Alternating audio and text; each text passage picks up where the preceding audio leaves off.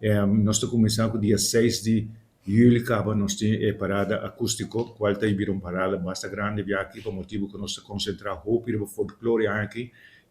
não cultura só, pero folclore, que me indico, é também algo completamente diferente do ano anterior, pero toch, a cultura também, como se sei,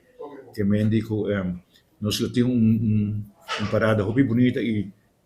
no mesmo momento, no mesmo dia, nós temos inschrijven die kantige kai também aqui dentro e também nós temos exposição de 5 anos de existência de nossa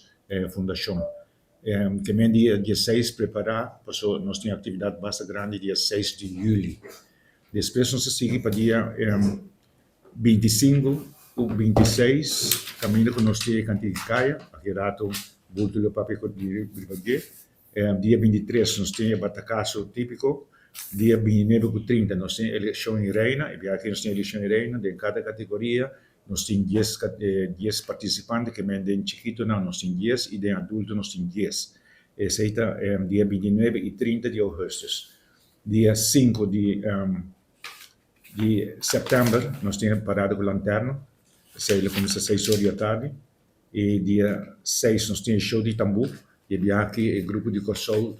estava aqui na presente ano passado, também lo bem, pero lo bem com o grupo de baile de cinta, na onde o Eco Aruba, vai fazer um show grande de baile de cinta na Aruba. Dia 7 nós temos a grande parada folclore cultural, essa aí está mostrando de virar uma atividade muito grande, até agora aqui nós temos 3 grupos grandes, que me indicam nós estamos bom preparados, e aqui, não mira uma parada muito bonita, também seguro.